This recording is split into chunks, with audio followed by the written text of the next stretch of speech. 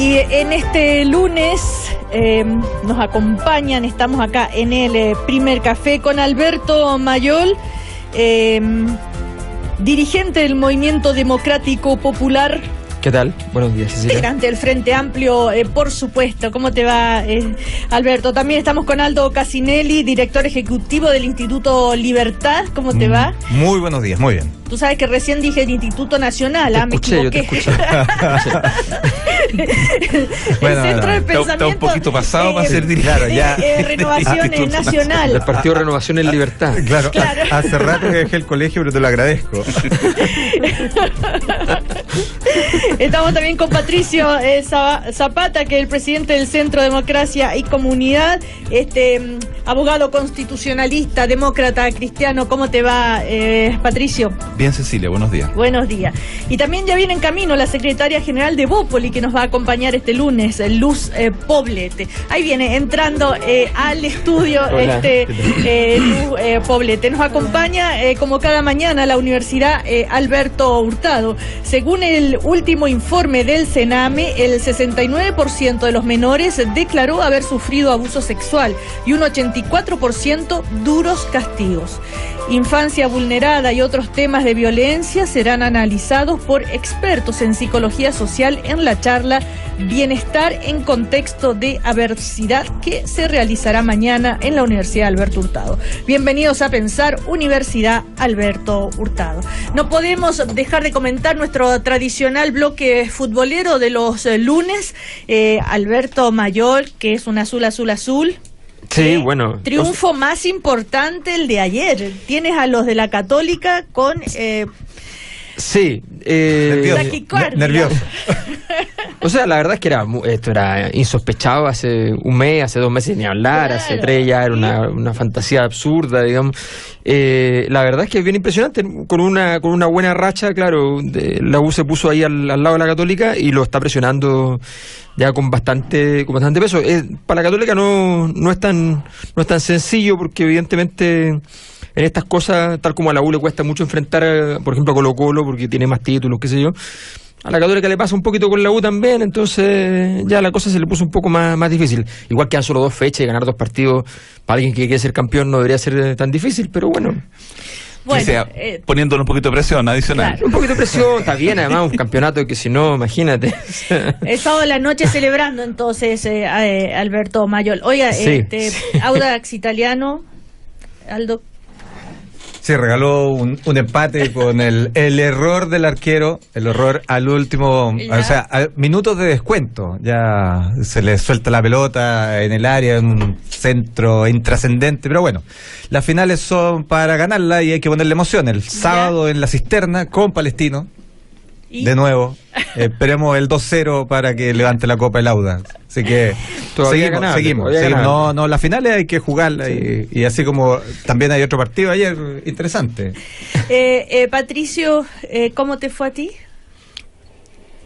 Mi hijo menor hizo un gol precioso jugando el sábado por la liga. No, de verdad, llegó a la casa contentísimo. Y no es escapismo ni estoy evadiendo nada. Hizo un gol precioso de volea. Muy bien, orgullosísimo. Orgullosísimo estoy. Nada más se venía recuperando un ligamento cruzado roto, así que es doble motivo de alegría para mí. Claro. Bueno, Luz Poblete, tú no has estado los lunes, así son los lunes cuando comenzamos. Lunes futboleros. ¿Ah? ¿Tú por el fútbol? Escucho. No, pocaso. Pocaso, ya.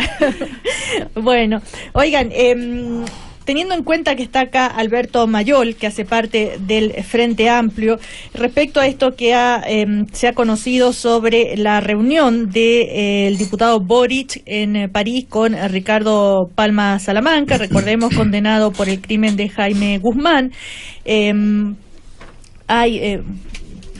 no sé, por ejemplo, Giorgio Jackson, que lo defiende, dice: conversar con alguien no te hace cómplice de alguna situación. Recordemos que el diputado Boric, en varias oportunidades, y lo insistió ayer, él condena el asesinato de Jaime Guzmán, pero dijo que nos encontramos durante 30 minutos en los que conversamos sobre su entonces solicitud de asilo, porque todavía no se le había entregado, y bueno, que quería conocer la situación de él. Ahora, ¿esto es un error político para el Frente Amplio, Alberto Mayol? A ver, yo creo yo creo que hay que tener cuidado con un aprendizaje que tienen y de alguna manera tenemos, pero ellos son más jóvenes que yo, una generación reciente en la política, y es que la política no es solo dar señales, y que las señales además no se promedian. ¿Ya? O sea, uno no puede decir, entonces me junté por acá, me junté por allá, entonces que vamos al medio. Entonces es confuso. Yo creo que la señal que intenta dar Gabriel, que creo entenderla, que es como ir eliminando ciertos matices, decir, mira, estoy dispuesto porque aquí efectivamente hay un tema que tiene que ver con las condiciones de un juicio específico a principios de los años 90, pero al mismo tiempo condeno el hecho, y al mismo tiempo cuando estaba todo el clima muy fuerte contra la derecha, sale diciendo la izquierda no tiene que estar al margen de esta situación y qué sé yo, todas esas formas de hacer ajustes muy específicos son muy difíciles en política, y creo que además la política de solamente dar señales es un error. La política tiene que ver con políticas públicas, con diseño, con implementación, tiene que ver con muchas otras cosas.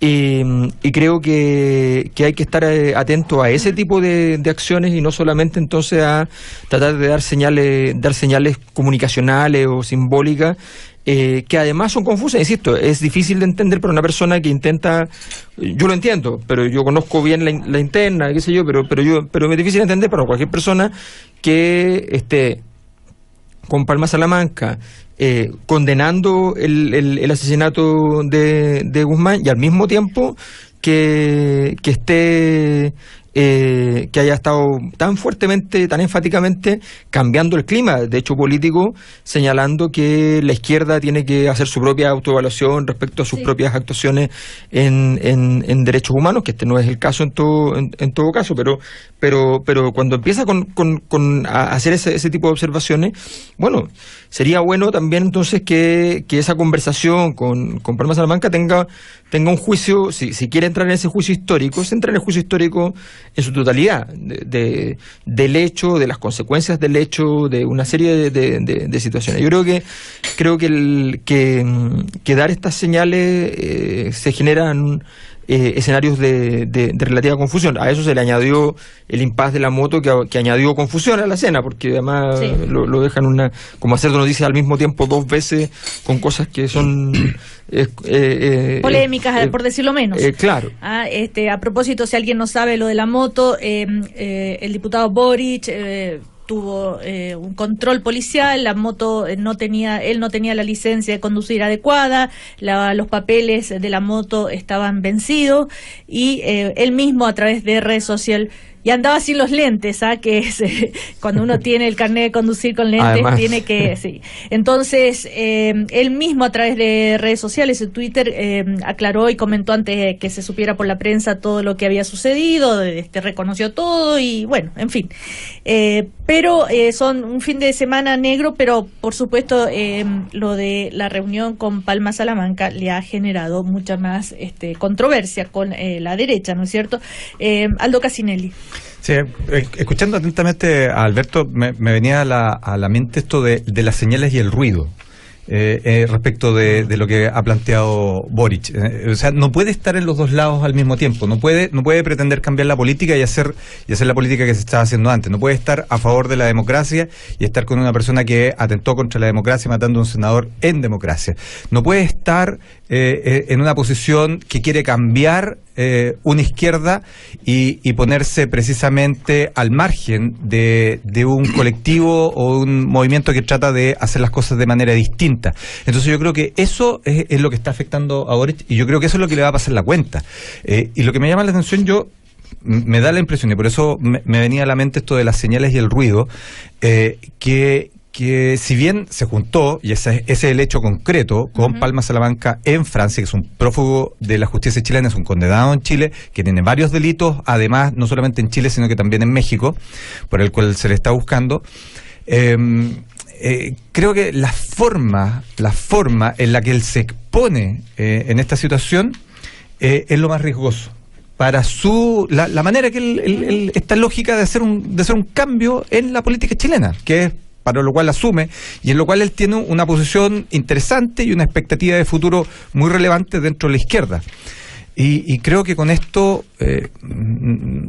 No sé si comete un error grave, y no sé si lo comete él, ¿sí? Eso es lo que me llama no, el error lo comete él al presentarse, pero a mí me llama, o me gustaría saber quién es el que pone esto en la prensa, porque él me da la impresión que no lo hace. Sí, él en un reportaje en el diario La Tercera ayer, él cuenta esto. Sí, pero no sé de dónde vienen las noticias, no sé hacia dónde, no sé si me sigue. ¿Cómo llega a prensa, cómo llega a hacerse visible que él estaba en Francia en una visita como diputado que termina en esta reunión con Palma Salamanca? Esas son cosas, por eso me recordaba esta lógica de las señales y el ruido. O sea, la señal es una cosa, pero el ruido que generó todo esto puede ser muy perjudicial, independiente de todas las otras cosas que parecieran ser más anécdotas que otras, de cómo queda la izquierda que él trata de construir, o su colectivo, su grupo trata de construir como alternativa a la izquierda tradicional chilena. Ahora, recordemos las reacciones desde la UDI, incluso se llegó a pedir que si era posible la destitución, ¿verdad?, de Gabriel Boric. La presidenta de la UDI dice: vamos a buscar las fórmulas en los distintos cuerpos legales para que haya algún tipo de sanción, desconozco si es posible, pero lo vamos a buscar. La Comisión de Ética es lo mismo. Otras reacciones a el senador de Bópoli, Felipe Katz, dice: la curiosidad de Boric por conocer a quien ha sido condenado por asesinar a un senador demuestra que la nueva izquierda no ha logrado evolucionar. Luz Poblete. Sí, a mí me parece que fue irresponsable lo que hizo el diputado, porque en su calidad hay una visita como diputado, que tenga una reunión, que sea esta conversación con un condenado y prófugo de la justicia chilena, me parece a lo menos irresponsable, y obviamente el ruido político y el error político que eso genera es algo que estará en evolución. Concuerdo con Aldo y también con el senador Kast, ¿verdad?, que eso lo que más moviliza es, bueno, cómo va a plantearse esta nueva izquierda, ¿no? Desde el Frente Amplio. Yo creo que él tiene una figura importante, él es un liderazgo dentro de esta nueva izquierda, y no se puede caer a estas alturas en este tipo de errores que no parecen ser no forzados, porque fue una reunión que estaba planificada en un viaje oficial.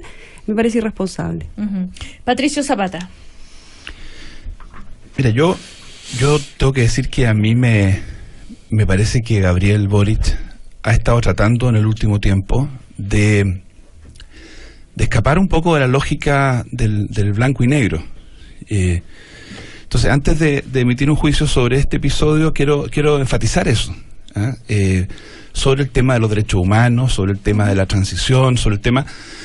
Estamos rodeados de gente que habla de blanco y de negro solamente, que solo ve blanco y negro, y yo siempre he apreciado el esfuerzo que ha hecho Gabriel Boric y otros por introducir elementos de autocrítica, por mirar el fenómeno de Venezuela sin anteojeras, en fin.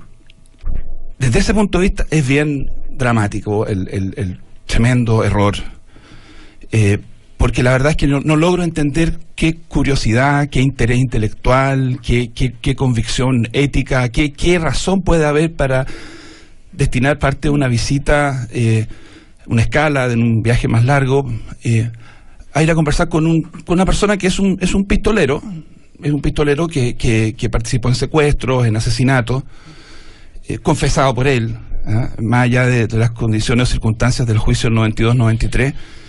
No lo entiendo, y yo esperaría, porque creo que si hay algo que ha caracterizado a Gabriel es su franqueza, el candor con que él se expresa. Yo espero una muy buena explicación, que a mi juicio tendría que contener algo así como: cometí un error gravísimo, habían 20, 30, 50 personas a las que yo podría haber visitado en París ese día, en los que yo podría haber aprendido algo sobre la política, sobre la realidad social, pero una persona cuya, comillas, contribución a la política chilena fue haber seguido usando las armas para tratar de conseguir objetivos políticos, incluyendo, repito, asesinato, incluyendo secuestro,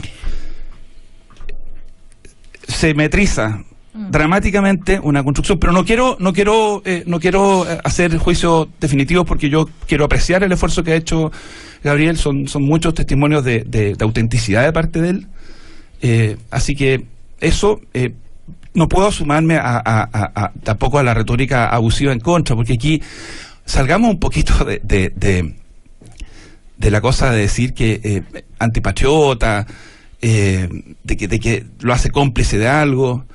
No, esto exige una clarificación, porque él es un líder político, una clarificación política muy contundente. Yo espero que él tenga, porque ha tenido valentía muchas veces antes, él tenga la valentía de decir: yo en realidad cometí un gravísimo error, porque la señal que mando, más allá de mi intención, la señal que mando es que para mí esta persona tiene algo valioso que decirme. Yo quiero... Porque si él quiere saber los detalles, yo le puedo decir, están los expedientes, él es abogado, casi abogado, están los expedientes para que los estudie, cuál fue el juicio, o sea, así que eso, claro, espero, yo estoy esperando, y creo que tenemos derecho a esperar porque es un tipo que tiene un liderazgo potente. Claro, él dijo: nos encontramos durante 30 minutos en los que conversamos sobre su entonces solicitud de asilo. Yo quería escuchar su historia, ¿ah? Y bueno, eso son algunas de las explicaciones que ha dado el diputado Boric, insistiendo en el hecho de que él condena desde un comienzo el crimen del senador Jaime Guzmán, no es justificable. Y bueno, quería escuchar la historia, dijo, y la solicitud de asilo, que tal como lo entendió la OFPRA, se sustentaba en el hecho de que la justicia chilena había sido cómplice de la dictadura e ignominia ante las violaciones de los derechos humanos, y que a principios de los años 90 la composición del Poder Judicial era prácticamente la misma de aquella época, por lo que no existían garantías para un juicio justo. Son algunas de las declaraciones. Perdona, Cecilia, sobre eso yo el otro día no hice una investigación a fondo, pero yo el otro día me acordé de algo. Al senador Guzmán lo mataron en el año 91, en abril, y obviamente el gobierno de la época desplegó un esfuerzo enorme para encontrar a los responsables, y pocos meses después se entregó a la justicia y a la opinión pública un primer sospechoso, y era un señor joven al que le pillaron en una agenda universitaria un croquis de Campo Oriente, y durante un par de semanas o meses pensábamos que este señor, no me acuerdo el nombre, había sido el asesino Jaime Guzmán. Y yo lo que quiero decir es que, por lo menos, uno puede decir, había el suficiente funcionamiento normal como para que esta persona pudiera ir a los tribunales y conseguir que los tribunales dejaran sin efecto su detención, porque los tribunales comprobaron que él no había participado. O sea, fíjese usted, toda la presión que tenía el gobierno de la época, o sea, hay que ponerse, en la época estaba Enrique Krause, ministro del Interior, pendía sobre él acusaciones de que había sido débil el gobierno, que había generado un clima que había permitido este crimen, o sea, todos los incentivos para que el gobierno produjera un responsable y pudiéramos rápidamente fusilar a alguien en la plaza pública. Y cuando se detiene a esa persona es capaz, en ese momento, que yo no voy a decir que eran momentos perfectos desde el punto de vista institucional, no eran 100% impecables, no lo eran, años 92, 93, pero la justicia operó en el sentido que se dijo, este señor, este joven, que tenía un croquis de Campo Oriente en su agenda, no es el responsable porque no hay evidencia. Y después apareció por investigaciones de Chile la hebra que llevó a Palma Salamanca y a los otros participantes. Entonces, hay que recordar, y como lo decía alguien en la mañana también, estos son los mismos meses en los que se llevó adelante la condena a Manuel Contreras. Entonces, sí, era un poder judicial que había sido nominado en toda su cúpula en la época de Pinochet. Sí, no habíamos podido cambiar toda la legislación antiterrorista y toda la legislación de seguridad del Estado. Sí, Pinochet estaba de comandante en jefe. Todo eso es cierto. Eso es verdad, no lo vamos a negar. Ejercicio de enlace, boinazo. Pero tampoco uno puede llegar y decir, entonces todo lo que se dijo, todo lo que se hizo, todo lo que ocurrió entre los años 90 y 94 fue una farsa. A mí por lo menos me parece que ese último salto lógico es el que tenemos que ser capaces de responder con claridad. Entonces, no confundir el análisis sociológico que puede hacer una persona en términos de las limitaciones de la transición, y de ahí llegar y concluir que todas las condenas, todas las decisiones que se tomaron son nulas. Bueno, y por último decir, lo comentábamos, Patricio, antes de entrar al estudio, esta especie de empate que se empieza a dar, porque cuando la UDI lo cuestiona, él a través de Twitter responde a Coloma: tu partido entero fue en caravana a visitar al dictador Pinochet y a rendirle honores mientras estaba detenido en Londres por crímenes contra la humanidad. Yo he condenado asesinatos sin matices, no me vengas a hablar de doble estándar, porque eso es lo que se le reprochó a Boric. Entonces, bueno, ahí... Sí, yo no creo que haya un doble estándar. Yo creo que el punto tiene que ver un poco con lo que decía al principio, pero también creo que tiene que ver con la complejidad de que la política no permite, a partir de puros gestos, dar un juicio histórico. O sea, a menos que seas Churchill, digamos, y te dediques a escribir con la capacidad que tenía Churchill, digamos, que además eso le significó durante mucho tiempo no poder estar en política, porque lo llamaron cuando estaban desesperados. Entonces la verdad es que es muy complejo pretender dar todos los matices a partir de estas señales. Yo creo que es importante que Gabriel Boric se concentre en tener en cuenta primero de que, y para todas nuestras autoridades, es que en primer lugar andan con un cargo en la espalda. Y eso es importante tener en cuenta, porque eventualmente los que corren más riesgo con ese cargo en la espalda también son ellos mismos. Porque efectivamente la UDI le va a buscar, y si le encuentra algo, solo le va a encontrar algo porque es diputado, no porque es una persona. O sea, no hay ningún pecado en lo que está haciendo como persona. El problema es que es una autoridad de un poder y eventualmente puede haber generado alguna contradicción con otro poder. Entonces, eso hay que tener en cuenta. Yo creo que ese aprendizaje, y yo creo que es muy importante que en política, para los países, para las personas, sacan aprendizaje. Y yo creo que ha sido un año donde se podrían haber hecho muchos aprendizajes, y hay que ir mostrando que se lograron. Vamos a ir a comerciales. A la vuelta seguimos en el primer café. También está lo que se conoció el fin de semana, ¿verdad? El viernes, la condena al general Cheire por encubrimiento. También lo que pasó en el ejército, que pasaron a retiro a 21 generales en este inédito cambio del alto mando, y otros temas. Vamos a comerciales. Las personas no son primer café con Alberto Mayol, Luz Poblete, Aldo Casinelli, Patricio Zapata. Bueno, otro tema que ha llamado mucho la atención es, ¿no es cierto?, esta condena al ex comandante en jefe del ejército, el general Cheire, que deberá cumplir una pena de 3 años y 1 día en libertad vigilada intensiva por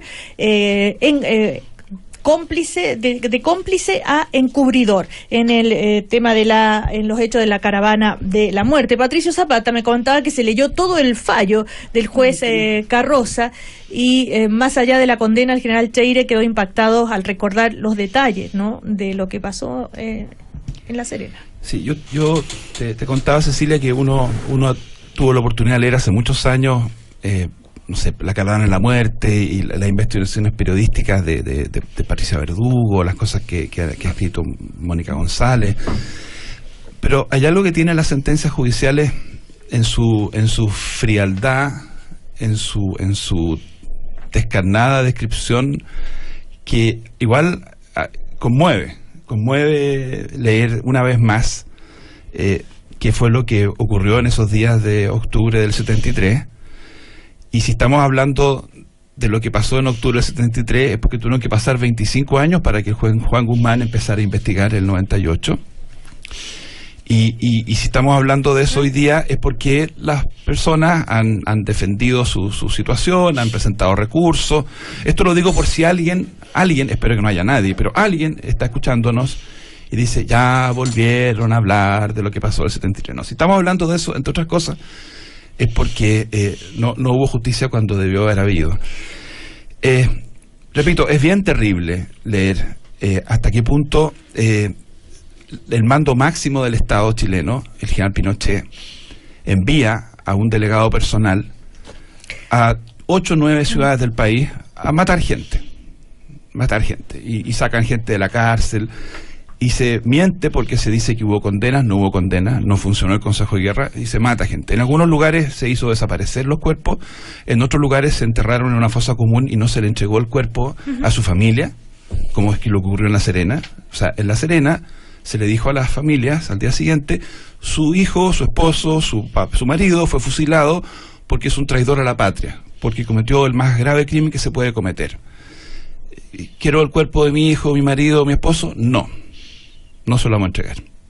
Así que haga un funeral por su cuenta, llórelo y despídase de él como quiera. Eso es lo que... Entonces yo digo, antes de empezar con los empates, las tonteras, yo invito, hasta el sábado estaba la sentencia. Lo que va a ocurrir ahora, como corresponde, es que las personas que han sido condenadas van a presentar sus recursos. El abogado que tiene el general Cheire anunció ya que va a ir a la Corte de Apelaciones para discutir. Lo que hizo Juan Carroza es sacar al general Cheire de la condición de cómplice. Lo sacó de esa condición, que es más grave, porque eso significa haber cooperado o colaborado en la realización del crimen, y lo situó en la condición de encubridor. Es decir, él habría hecho cosas posteriormente al crimen, sin que él hubiera conocido el crimen cuando se realizó, habría hecho cosas después del crimen que habrían facilitado la impunidad de los autores. Las cosas que él habría hecho habrían ayudado a que no pudiéramos tener justicia. Y tendrá que defenderse el general Cheire en el sentido que él simplemente fue un amanuense que trasladó una declaración pública desde el regimiento hasta los medios de comunicación, y que no tuvo injerencia en ese texto y que no tuvo ninguna intención de que hubiera con eso impunidad, y las cortes resolverán. Yo quiero decir que más allá de lo judicial, no creo que nadie pueda estar orgulloso, y no creo que él esté orgulloso por lo que pasó ese día. Queda claro leyendo el fallo que él supo, porque el propio comandante del Apostol le dijo que estaba pasando algo irregular. Él observó la incomodidad y la molestia del comandante del Apostol. El comandante del Apostol le dijo, y eso consta en el expediente: teniente Cheire, usted no firma nada, nosotros no vamos a firmar nada porque no queremos nosotros ser parte de una falsa sentencia, usted no firma nada. O sea, aquí había una conciencia que estaba pasando algo, y un hombre tan brillante como el general Cheire tendría que haberse dado cuenta, y lo que la historia tendrá que juzgar es si las actuaciones posteriores de él, algunas de ellas bien valientes, contra sus propios ex compañeros de armas, compañeros de historia, permiten un juicio más o menos favorable. Y hemos escuchado el fin de semana gente que dice que todo lo que pudo haber pasado cuando tenía 26 años queda de alguna manera exonerado por lo que hizo a los 40 o a los 45. Es compleja la vida, es compleja la vida. Claro. Una persona de 26 años no es un niño. Aldo Casinelli o Alberto Mayol, no sé, o Luz. No, yo quisiera simplemente, Alberto. Creo que hay 3 puntos. Uno, efectivamente, cualquier persona a cualquier edad puede hacer una reflexión existencial respecto a sus propios actos previos, y eso sin eximirlo de culpa. Evidentemente uno puede de alguna manera comprender o entender que en una situación determinada no se reacciona a la altura de la situación. El general Cheire, más bien todo lo contrario, nunca tuvo interés alguno en expresar algo sobre sus propios errores. No es de esas personalidades, de hecho. Y la verdad es que lo que se ve en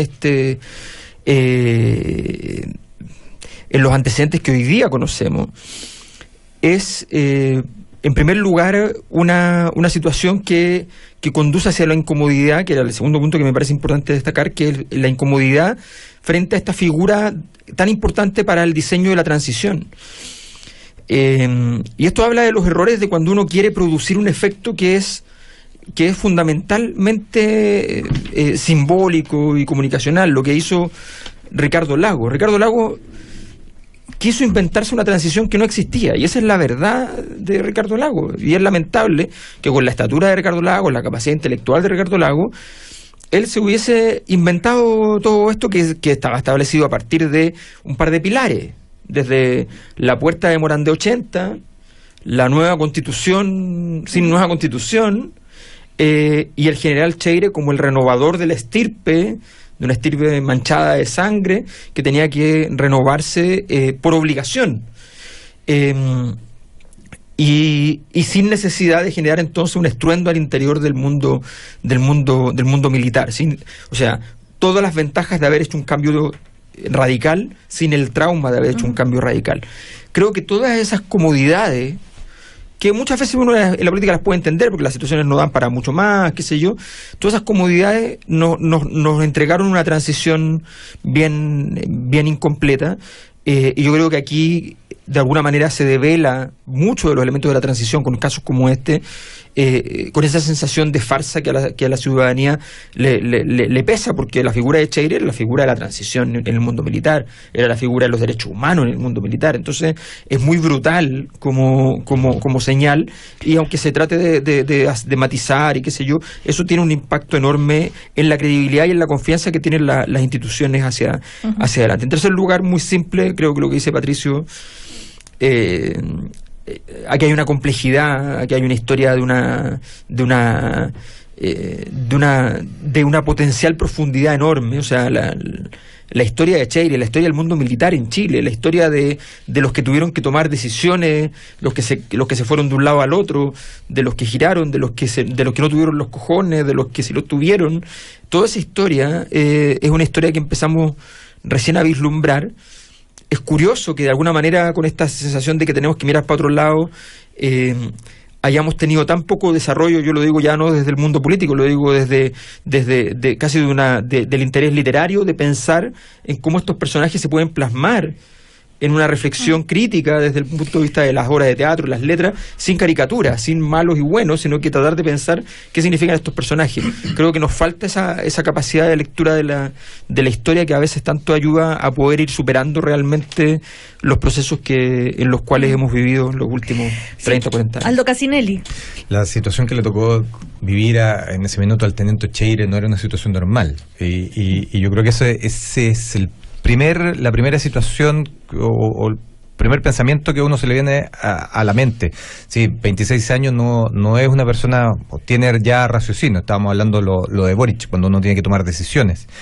Y yo creo, no solamente él, sino que Patricio mencionaba al general Apóstol, que entendía mucho mejor lo que estaba pasando, y por lo tanto trata de generar algo para evitar que quienes están debajo de él carguen con las responsabilidades que se venían, porque me da la impresión que algo entendía de lo que se venía.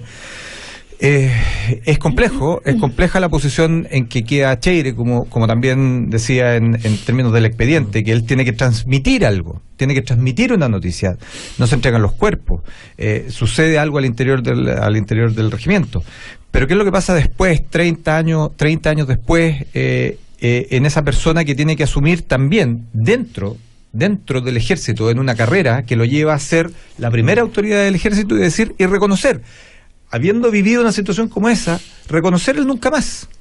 Entonces, esos son los elementos que a uno lo hacen reflexionar respecto de esta persona en particular que estamos hablando, que deben haber muchas más dentro del ejército que les tocó vivir situaciones complejas, no normales para una institución, no normales para el país, y asumir eso dentro de la propia institución, que tiene códigos, y dar vuelta a esos códigos. Es decir, lo que hizo Cheire fue relevante, independiente del cuestionamiento no que uno tenga respecto a la transición o del fin o del rol que le correspondió cumplir al ejército. Dentro del fallo llama la atención los dichos del Apóstol, cuando asegura que Cheire estaba presente cuando se seleccionaba a los prisioneros, y aunque éste lo niega, dice que entraba y salía de la reunión, lo que hace inaceptable pensar que desconocía lo que estaba ocurriendo. Asume en consecuencia la misma astucia para no concurrir al polígono y para desentenderse del contenido de la nota que se le ordena llevar a los medios de comunicación, cuya falsedad mantuvo en días posteriores ante los propios familiares, lo cual solamente sería explicable por la conmoción que se vivía en ese momento. Son algunos de los párrafos de la sentencia del juez Carroza. Sí, Luz Poblete. Mira, me pasa que al ser de una generación como posterior, digamos, yo no voté para el 88, nací el 77, lo que puedo decir es que cómo nos llega a nuestra generación es de una herida muy, muy profunda. Y como herida profunda, y ahí en mi deformación profesional como psicóloga, creo que la reparación psíquica colectiva es también igualmente profunda. Decir que la transición fue incompleta o no, yo creo que ha sido una buena transición y probablemente quedan todavía varias heridas abiertas. Yo creo que el pueblo chileno, como sus autoridades, y en eso todos los gobiernos que han sido parte desde de vuelta a la democracia, han hecho un esfuerzo tremendo por hacer de esta transición lo más cuerda posible, lo más razonablemente posible, condenando a quienes tiene que condenar, y probablemente quedan muchos por hacerlo también, pero también un reconocimiento de todos los lados de que esto no puede pasar, y nosotros somos una generación de la política que quiere cambiar eso, sin desconocer esa historia, saber que no se puede volver a repetir. En esa reparación y reconociendo una transición que, a diferencia de lo que dice Alberto, yo reconozco como algo positivo, constructivo, y que ha tratado de hacer su mejor esfuerzo con todas las trabas que eso significó, sobre todo los primeros años, lo que decía Patricio, ¿verdad? Quizás en los años 90 cuestionar que las instituciones no funcionaran, trataron de hacerlo con los medios que tenían y las herramientas que tenían en ese momento. Hoy día las tienen más,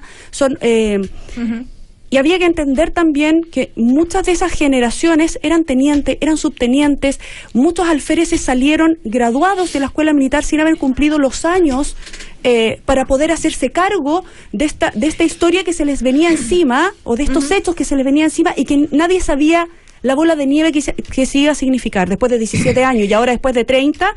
Creo que hay que seguir dejando y confiando en que nuestras instituciones y las cortes van a hacer lo suyo, como lo han hecho también con los otros casos que tenemos enfrente.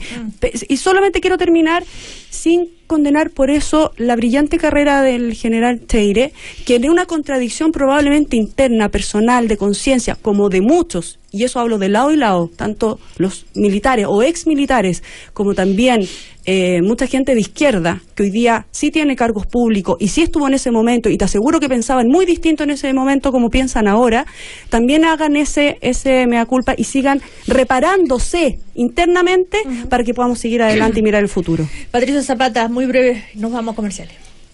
Mira, yo tengo una discrepancia con el análisis de Alberto, que se hace cargo bien de las complejidades de esto. Él usó la palabra farsa, que es una palabra bien dura, es mucho más dura que incompleto, imperfecto, una farsa. Una puesta en escena. Exactamente, un engaño. Por eso te digo, tú usaste esa palabra y yo tengo que decir, yo de verdad creo que no es la palabra que yo usaría, porque lograr que en Chile pudiéramos elegir el año 2000 a un presidente socialista, lograr que de la actitud que tenía Pinochet como comandante en jefe pasáramos a la actitud radicalmente opuesta de Cheire, y esto no es solamente un tema de discurso, porque uno podría decir no cuesta nada firmar una declaración pública, pero cuando tú tienes, por ejemplo, que condenan a tu suegro, como es el caso del general Cheire, su suegro condenado por violación de derechos humanos, y tú eres capaz de decir, bueno, tengo que poner por encima y por delante una responsabilidad histórica. Eso habla de cuestiones, a mi juicio, fuertes. Yo creo que esta es una vez más una demostración de que las cosas no se resisten a ser juzgadas con el tuit, se resisten a ser juzgadas con la cuña, pero aquí tuvimos una declaración que muchos civiles no han hecho. O sea, lo que esa declaración hace es asumir que aquí hubo una política de Estado criminal, de la cual el ejército fue parte, porque él nunca más incluye una asunción de responsabilidad. Desgraciadamente hay demasiados civiles que apoyaron el régimen militar, que lo apoyaron hasta el año 88 y llamaron a votar que sí en el plebiscito, que no han hecho nada parecido a lo que firmó el general Cheire. Y eso es un valor. Repito, hay otras personas de derecha que lo han hecho, pero eso tiene un valor. Alcanza a equilibrar lo que pudo haber sido una falta el año 73, no sé. Pero creo que tenemos que hacer el juicio completo. Y yo por lo menos te quiero decir, yo creo que la transición nuestra, también me sumo a lo que decía Luz, tiene grises, como toda obra humana en medio de contextos complejos, pero es lejos. yo ahí te invito a que tengamos un día, un debate largo, es lejos la mejor transición que ha habido en nuestra América Latina, donde hubo 8 dictaduras militares entre los años 60 y 89, hubo 8 países con dictaduras militares, y yo te invito a que juzguemos una a una, la argentina, la brasileña, la uruguaya, el día que tú quieras, en Bolivia, en Perú, y tú me vas a decir, bueno, igual es poco, está bien, pero es lejos aquella que ha producido más justicia, más verdad, y que además permitió un desarrollo en paz y un progreso. Lejos. Bueno, vamos a ir voy a tener que responder después. Claro, vamos a ir a comerciales. Solo comentarles que el ex ministro de Defensa, Jaime Rabinet, que era el ministro de Defensa, ¿verdad? Cuando el general Cheire y el Nunca Más dijo esta mañana, estos jueces están dando un gustito en lo que no hicieron los magistrados en su momento, condenando a gente que no tenía libertad para hacer otra cosa. Sancionemos a quienes estaban detrás de las órdenes. Con el criterio del juez Carroza, los 100.000 miembros de la Fuerza Armada de 73 debiesen ser procesados por encubridores. Me parece absurdo, dijo el ex ministro de Defensa Jaime Rabinet.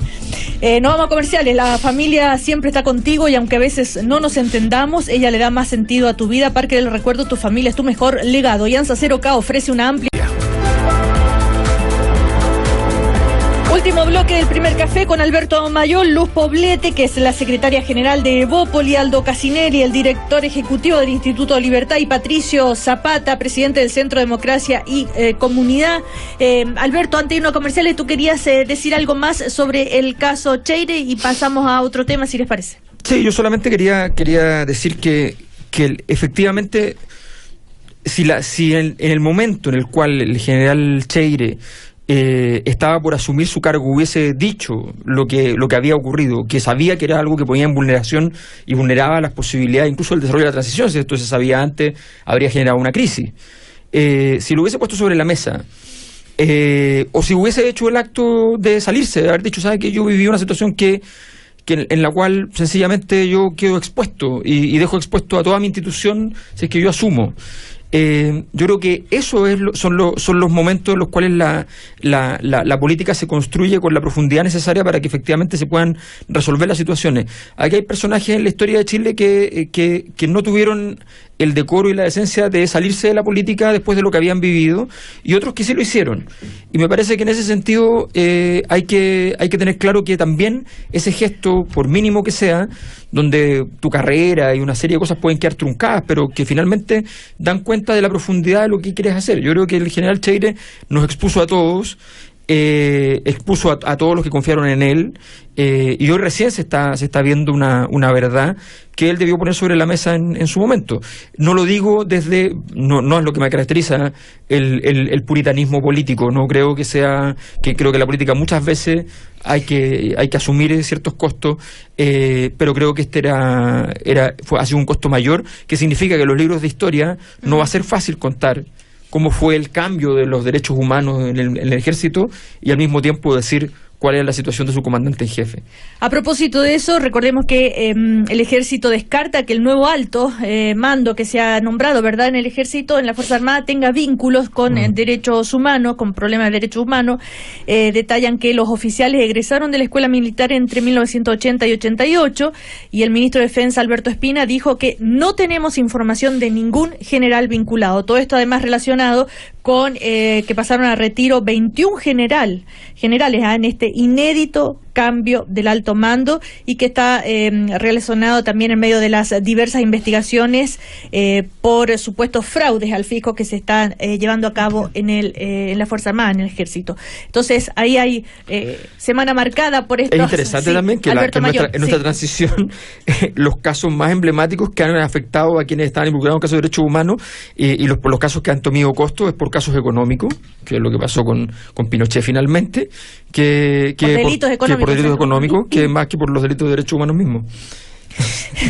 Bueno, sí, Aldo Casinelli. Solo al respecto de esto, no nos tenemos que olvidar que la conformación del alto mando lo prepara la institución, sí, claro, internamente, claro, y es aprobada o ratificada por el poder político, que es quien sí manda en definitiva, y por lo tanto es interesante cómo ellos mismos hacen este trabajo interno dentro del ejército. Claro, es una lista que fue propuesta por el comandante en jefe de la institución, Ricardo Martínez. Bueno, eso en cuanto a lo que está pasando en las Fuerzas Armadas. Hoy se vota en la Cámara de Diputados el proyecto de ley de Aula Segura. Aldo Casinelli, tú querías hacer el punto de lo que significa esto en cuanto a los acuerdos dentro de la política chilena. Sí, discutimos mucho sobre el tema de Aula Segura. Incluso aquí con Patricio conversamos sobre el tema, sobre cómo respecto de un hecho puntual, cómo podíamos perfeccionar el proyecto que se había presentado al Congreso en ese minuto, y cómo las distintas posiciones se contraponían y el calor que había en la defensa de cada una de las posiciones en el Senado. Pero también yo creo que, y ahí es donde creo que hay que poner atención, cómo después de expresadas las posiciones de ambos sectores se logra llegar a un acuerdo, y un acuerdo que es ratificado prácticamente por la mayoría de los senadores, salvo un senador, todo el resto se aprueba. ¿Y por qué quería poner este tema? Porque tomar el ejemplo de Aula Segura, y el fin de semana salieron 2 entrevistas que me llamaron la atención. Una al ministro secretario general de la presidencia, Gonzalo Blumel, y la otra al expresidente Lagos. Y en ambas entrevistas uno lo que podía ver es cómo buscar los consensos, esos acuerdos básicos que le dan sustento institucional al país y que ponen en perspectiva cuáles son los desafíos en términos de pobreza, en términos de mejorar la calidad de vida de la gente y el desarrollo integral de las personas. Entonces, esos elementos son los que me llaman la atención, y creo que Aula Segura fue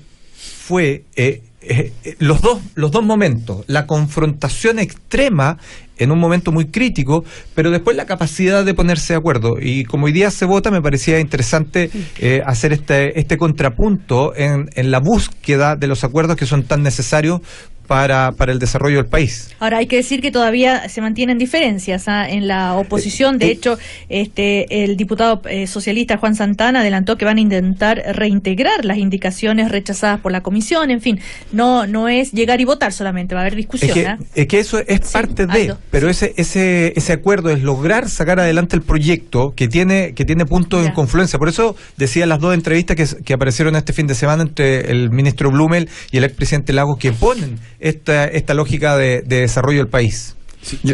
Sí, no, por favor, no sé. Mira, Patricio Zapata. No porque se haya logrado algún tipo de acuerdo mayoritario, no es unánime, porque van a haber votos en contra hoy día. Yo creo que vamos a pasar por alto algunas cosas que no partieron bien. O sea, yo no creo que este sea el modelo, ¿ya? Yo no creo que sea el modelo de una política legislativa que busque acuerdos. No hay que olvidarse, este es un proyecto que ingresó con una forma completamente contraria a principios elementales de garantía de derechos. No hubo ningún profesor, ningún abogado que fuera capaz de poner su firma a una columna, a una carta, a un diario o a una visita a la comisión de la Cámara o del Senado para decir que estaba bien. Ninguno, ni siquiera ni la UDI, nadie fue capaz de decir que estaba bien. A los que levantaron objeciones a la forma en que estaba concebido se les acusó de ser poco menos que hinchas o groupies de los delantales blancos, de estos niños que son violentistas. Los overoles, sí. De los overoles blancos. Entonces, no partió bien, esto no partió bien.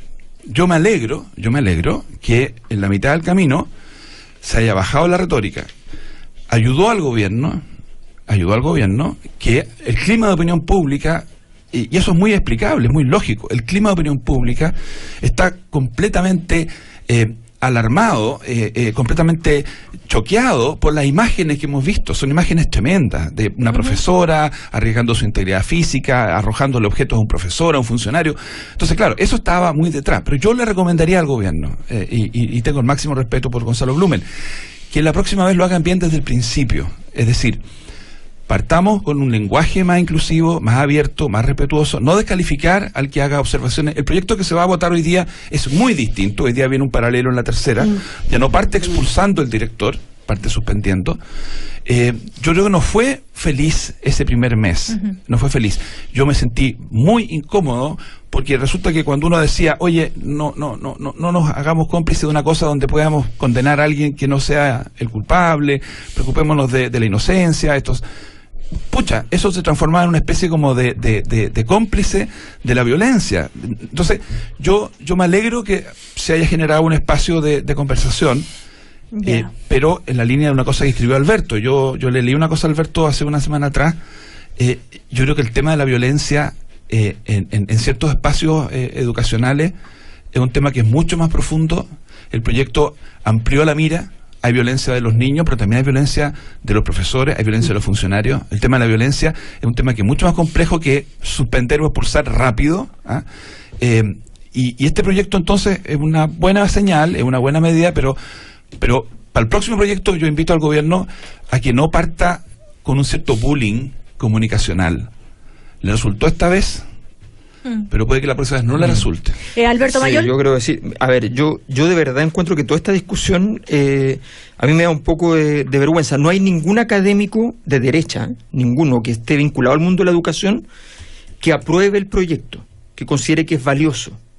No han podido llevar a la comisión a nadie experto en educación que diga, porque además vulnera el principio fundamental de la teoría de la educación de la derecha, que es súper interesante, basada en Emile Durkheim como principal autor, que es la teoría de la integración. O sea, imaginemos que nosotros en el lugar donde tenemos que lograr que los chicos pasen de ser lo que son esos muchachos a ser otra persona, que les quitamos ese lugar. Si es que esto es ridículo. O sea, no es excusable, es un proyecto absurdo en su totalidad. Pero voy más lejos. Aquí han habido 2 chicos que se han suicidado, de los que conocemos los casos públicamente, en establecimientos por situaciones. Uno de bullying de los compañeros, la chica Winter, y un muchacho por un tratamiento inadecuado del establecimiento respecto a cómo conducir un porte ilegal de droga. Ambos colegios particulares. Ambos colegios particulares. ¿Este proyecto sirve en algo para prevenir esa situación? O sea, ¿eso no es un aula segura? Pensar en lo que le pasó a la chica Winter. Entonces, me pregunto yo, ¿por qué lo que aparece en la pantalla de los chicos de overoles blancos, ¿ya? ¿Por qué es tan atractivo para el gobierno, ¿ya? Frente a situaciones que han ocurrido, que son además de carácter sistemático no en volúmenes pequeños de población, son sistemáticos en volúmenes grandes de población, donde todos los colegios están haciendo actividades y situaciones por control del consumo de droga, ¿ya? donde hemos por situaciones relacionadas con el bullying, ¿ya? Donde hay páginas web enteras destinadas con identificación de los muchachos que están haciendo el bullying o que están publicando fotos y qué sé yo, que no debieran estar publicando irregularmente, o gente que compartió mensajes de... Pero hay un plan ahora para justamente anti-bullying. Pero entonces, aula segura, mira la intensidad que le ponemos a una situación específica que afecta a cierto tipo de colegios de determinada zona y que afecta a cierta cantidad de estudiantes que es muy acotada y limitada. Lo transformamos en un universal. Y un asunto que es universal lo dejamos como una excepción.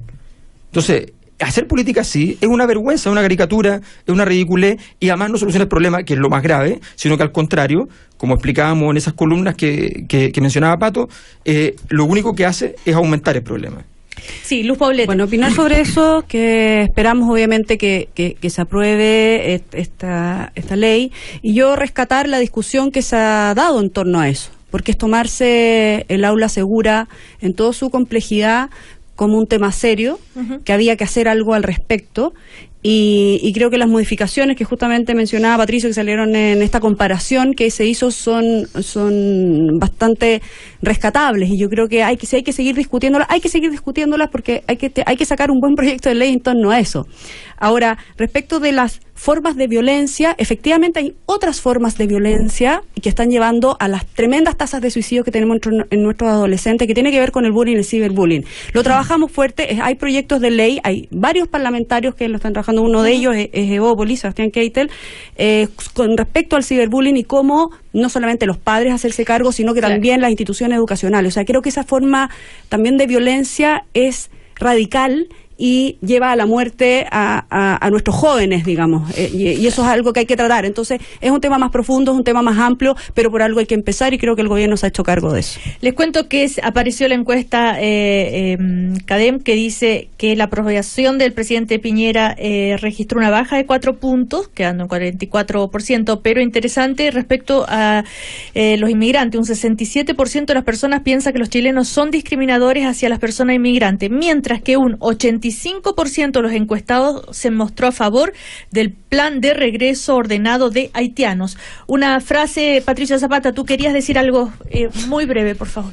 Mira, esta es la tercera medida que toma el gobierno que tiene como foco exclusivo y excluyente a los haitianos, no a los venezolanos, no a los colombianos.